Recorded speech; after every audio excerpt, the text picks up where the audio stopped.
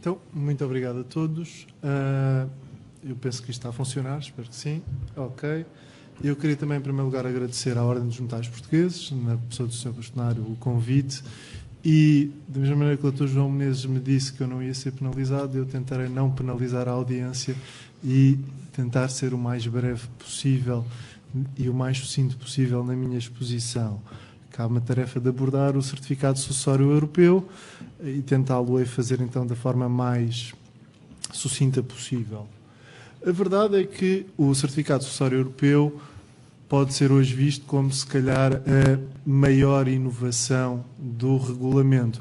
Todo ele inova, quer em matéria de competência, quer em matéria de lei aplicável, principalmente quando comparado com o direito nacional português, mas a verdade é que essas inovações existiam já, talvez não com a mesma intensidade, em alguns dos outros Estados-membros. O certificado sucessório europeu, enquanto verdadeiro documento europeu, é de facto algo de totalmente novo. E ele visa tentar tornar mais célere, eficaz e fácil a decisão sobre as sucessões internacionais. Como é que ele pretende fazer isso? Facilitando a identificação e prova de elementos que são necessários à sucessão, nomeadamente elementos esses sempre vistos à luz da lei que será aplicável, bem como a identificação das pessoas que têm um interesse na sucessão, nomeadamente os herdeiros, legatários, testamenteiros e administradores da sucessão. A sua regulamentação, como podem ver ali no slide, é bastante extensa. Ela está espalhada por cerca de 11 artigos e, se a memória não me falha, 5 considerandos.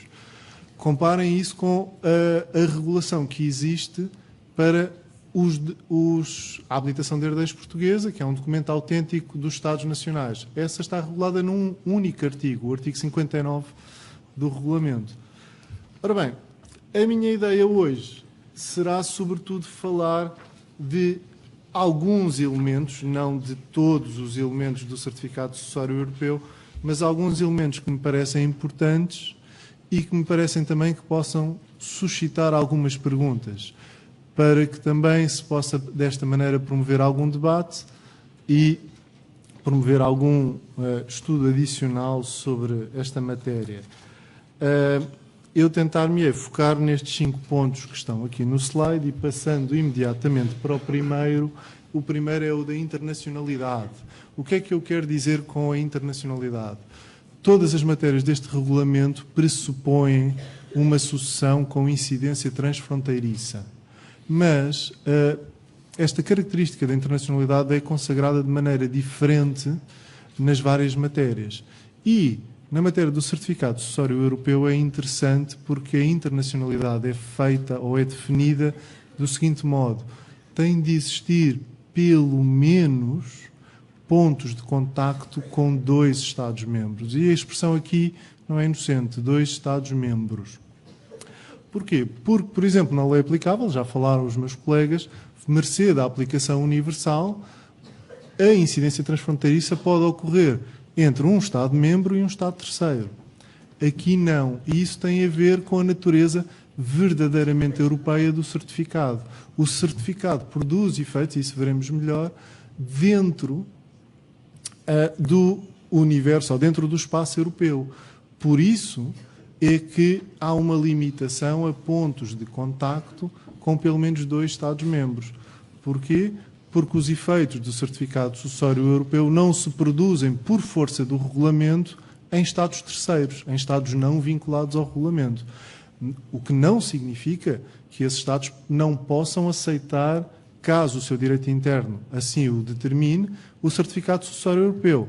Mas isso não é uma garantia que é dada pelo regulamento e, por isso, o regulamento diz este certificado sucessório europeu, para ser utilizado, é necessário que esteja em causa uma sucessão que tenha pontos de contacto com pelo menos 2 Estados-membros. Assim, por exemplo, um cidadão habitualmente residente em Portugal, de nacionalidade brasileira, que tenha bens em Portugal e no Brasil e cujos herdeiros vivam todos, por exemplo, no Brasil, Aqui, apesar de ser uma sucessão internacional, não poderemos recorrer ao certificado sucessório europeu. Já se a hipótese fosse um bocadinho diferente e houvesse bens em Portugal, Brasil e Espanha, o certificado sucessório europeu poderia ser utilizado. Porquê? Já tínhamos o tal contacto com um outro Estado-membro.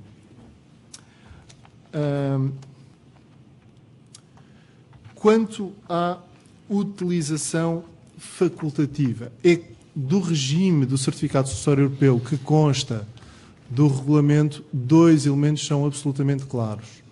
O primeiro, o recurso ao certificado sucessório europeu não é obrigatório. E o segundo é o de que ele não substitui o recurso aos certificados nacionais. Isto tudo para dizer que há um regime de concorrência entre o certificado sucessório europeu e os certificados nacionais, como, por exemplo, a habilitação de herdeiros portuguesa ou, como disse o Dr. Nuno Monteiro, o Acte de Notoriété francês. Isto é interessante por vários motivos. Primeiro, porque vamos encontrar o certificado sucessório europeu em disputa com os certificados sucessórios nacionais. O interessado pode considerar que lhe é mais favorável recorrer ao certificado nacional, apesar de não ter os benefícios todos do certificado sucessório europeu, porque esse certificado lhe dá outras vantagens. Em última análise, até podemos ir à vantagem mais pequena de todas, que é o custo, que é o preço. Mas também permite antever uma situação mais complicada e que eu penso que seja extremamente rara, ou que possa vir a ser extremamente rara, que é a possibilidade de se elaborarem um certificado sucessório europeu e um certificado nacional sobre a mesma matéria e, Deus nos livre, que eles sejam contraditórios entre si, ou que um diga uma coisa e o outro diga outra. Interessante é o problema porque o regulamento nada diz sobre isso. O regulamento tem uns considerandos, se a memória não me falha, ao 66, sobre contradições entre dois certificados nacionais, mas entre certificado sucessório europeu e certificado nacional, nada diz. O que é que eu acho? Quais são as soluções possíveis? Bem, que há muita discussão sobre isto, ainda não há assim grandes certezas, provavelmente teremos de esperar pelo Tribunal de Justiça da União Europeia, mas duas soluções aparecem imediatamente. Uma mais simples, mas que não parece ter, na minha modesta opinião, grande acolhimento no regulamento, que é dizer o certificado sucessório europeu é um documento europeu e, portanto, prevalece por defeito sobre os certificados nacionais, mas a tal ideia de que não substitui e não é obrigatório parece pô-lo mais ou menos numa situação de equivalência. Uma outra solução poderá ser utilizar os mecanismos de revisão do certificado que se encontram nos artigos 71 e 72, principalmente o do 72, o de recurso, porque aí o certificado vai ser analisado pela autoridade judiciária e vai-se pedir à autoridade judiciária que confronte, pelo menos quando o certificado nacional é do mesmo país, e que diga de sua justiça. E se ela disser que o certificado nacional é que é o correto, ela tem a possibilidade de alterar ou revogar o certificado sucessório. Se ela disser que é o certificado sucessório que prevalece, bem, então aí temos uma decisão com eficácia de caso julgado e, portanto, aí parece-me sim que poderíamos fazer prevalecer o certificado sucessório europeu. Mas, como lhes disse, esta para mim é uma das questões mais complexas sobre esta característica do regime do certificado sucessório europeu. Uma outra tem a ver com a competência internacional para a emissão do certificado sucessório europeu. Como também disse o Dr. Isidoro, a competência internacional está definida no regulamento por remissão para as regras de competência internacional dos tribunais. O que significa que aqui vamos a entidade emissora, que será aquela que os Estados-membros, cada um dos Estados-membros, comunicou à Comissão Europeia, vai ter de sempre verificar a sua competência. E, aliás, se repararem o formulário de certificado sucessório europeu, tem lá um campo para a entidade emissora explicar em que factos é que se baseou para fundar a sua competência. Isto é interessante porque nem todas as autoridades emissoras estarão muitas vezes habituadas pela sua atividade profissional normal à necessidade de verificar a sua competência internacional. Mas aqui tê-lo-ão de fazer antes de emitir o certificado de sucessório europeu. Eu diria que, pegando também aqui vou tentar ser muito sucinto, na exposição do Dr. Isidoro, eu diria que algumas das remissões me parecem mais duvidosas. Por exemplo, no critério residual do artigo 10º, número 2, parece-me que, por via do requisito da internacionalidade, essa competência não dará competência para emitir o certificado sucessório. Porquê? Porque essa competência é limitada aos bens que se situem no território do Estado-membro da autoridade judicial que vai decidir. Então, não parece haver um caso em que seja possível ter um contacto com um outro Estado-membro.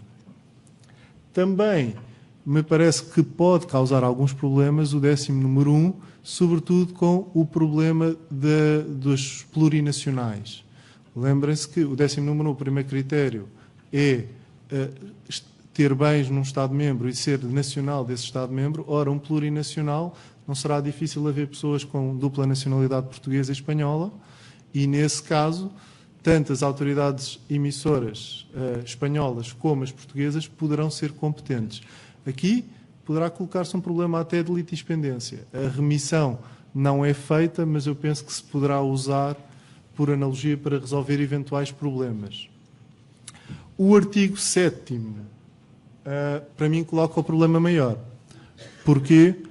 Porque, quando olharem para o artigo 7º, vão verificar que, como também disse o Dr. Isidoro, não é o autor da sucessão que define que os tribunais do Estado da Nacionalidade vão ser competentes.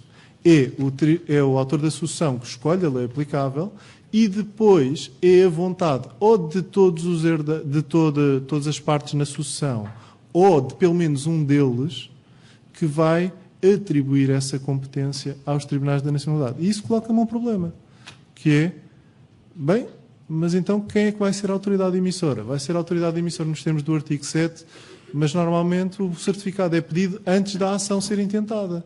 E, portanto, normalmente ainda não há aquele acto jurídico, aquela vontade manifestada para eu saber que vão ser os tribunais do Estado da Nacionalidade os tribunais competentes.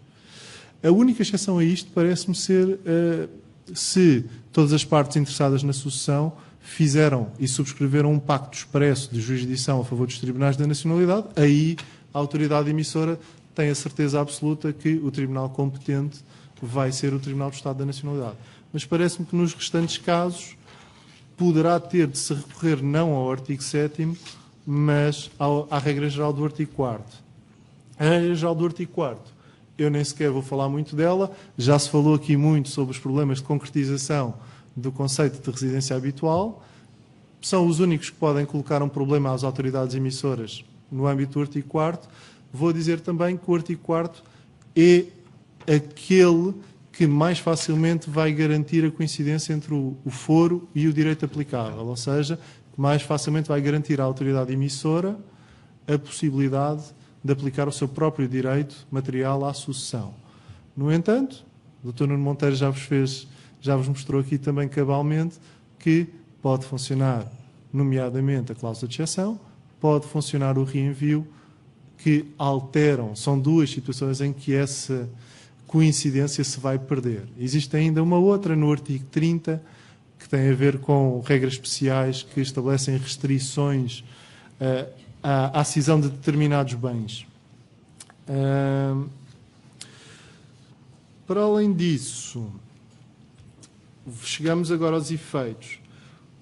A principal importância do certificado europeu, ou a primeira, eu poderia dizer, fazendo uma pequena brincadeira com o reconhecimento de decisões estrangeiras, é a abolição do exequatur, ou seja, é a consagração de que não existem qualquer necessidade de qualquer procedimento para que o certificado valha noutro Estado-membro. Eu diria mesmo o certificado produz efeitos imediatos em todo o espaço, em todos os Estados-membros vinculados pelo regulamento. Qual é o principal efeito que ele produz? É um efeito probatório. Eu diria, aliás, a expressão do regulamento é que se presume a exatidão das informações constantes do certificado. Eu diria que há uma espécie de inversão do ónus da prova.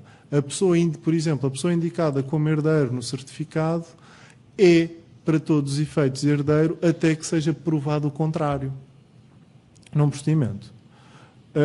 Isto também tem uma outra vantagem, o que eu diria um segundo efeito mais dependor negativo. Nenhum terceiro pode exigir para a prova, por exemplo, da qualidade de herdeiro, algo mais do que o certificado sucessório europeu. Ou seja, o banco, por exemplo, não pode exigir que, para além do certificado sucessório europeu, ele apresentasse qualquer outro documento destinado a provar a sua qualidade de herdeiro. Não, o certificado basta. Para além disso, temos uma questão que aqui é mais importante e que resulta, se a memória me não falha, do artigo 69.2 e que tem a ver com a que matérias se pode ou se aplica este efeito probatório. E atenção que são só às matérias das questões sucessórias. Eu digo isto porque no certificado sucessório europeu vão constar informações que não são expressamente questões sucessórias. O caso mais simples, se o autor da sucessão for casado, vai constar o regime matrimonial. Essa informação não beneficia da presunção de exatidão. Poderia parecer que sim, pela redação do 69.2, que diz elementos estabelecidos nos termos da lei aplicável à sucessão ou de qualquer outra legislação aplicável a determinados elementos, mas não é para isso essa expressão. Aliás, o considerando 71 é muito claro ao explicar que só as matérias que estão abrangidas dentro do âmbito de aplicação material, artigo 1º, número 1 e 2 do regulamento, é que beneficiam deste efeito probatório. Depois, quanto ao segundo efeito, eu diria que é um efeito quase de direito material. É um efeito de direito material que é um efeito de proteção de terceiros.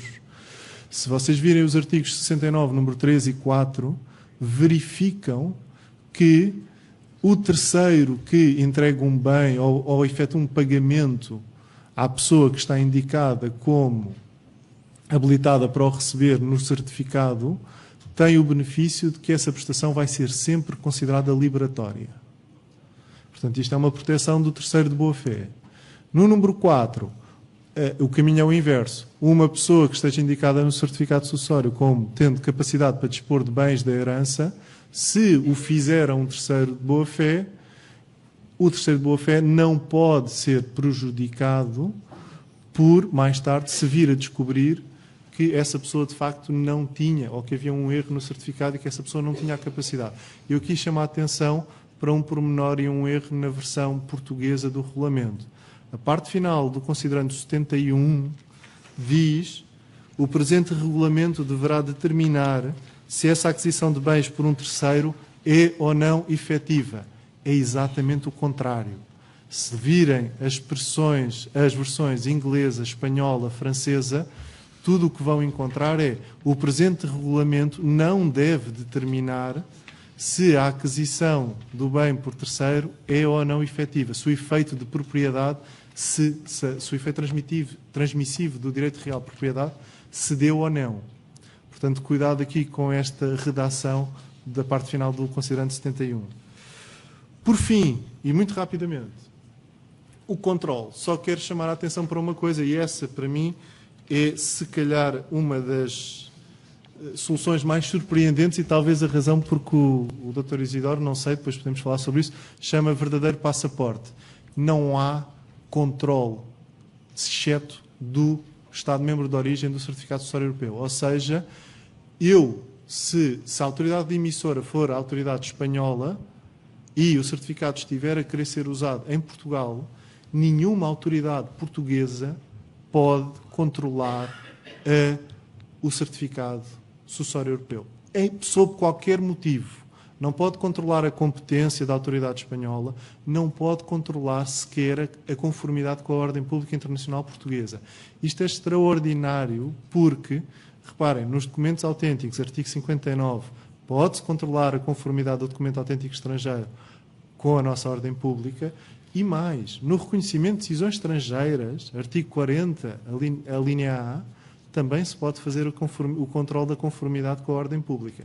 Mas no certificado sucessório europeu, não. E isso mostra mesmo que a ideia é de um verdadeiro e primeiro instrumento de cariz verdadeiramente europeu que se pretende aplicar no âmbito de uma ideia de confiança e dentro dos Estados vinculados pelo regulamento, mas também demonstra uma coisa muito importante. Esta confiança é acrescida porque as autoridades emissoras têm de determinar não só a sua competência internacional segundo as regras do regulamento, mas também qual a lei aplicável segundo essas regras. E, tentando terminar agora, agradecer muito a vossa paciência e espero que não tenha excedido muito o meu tempo.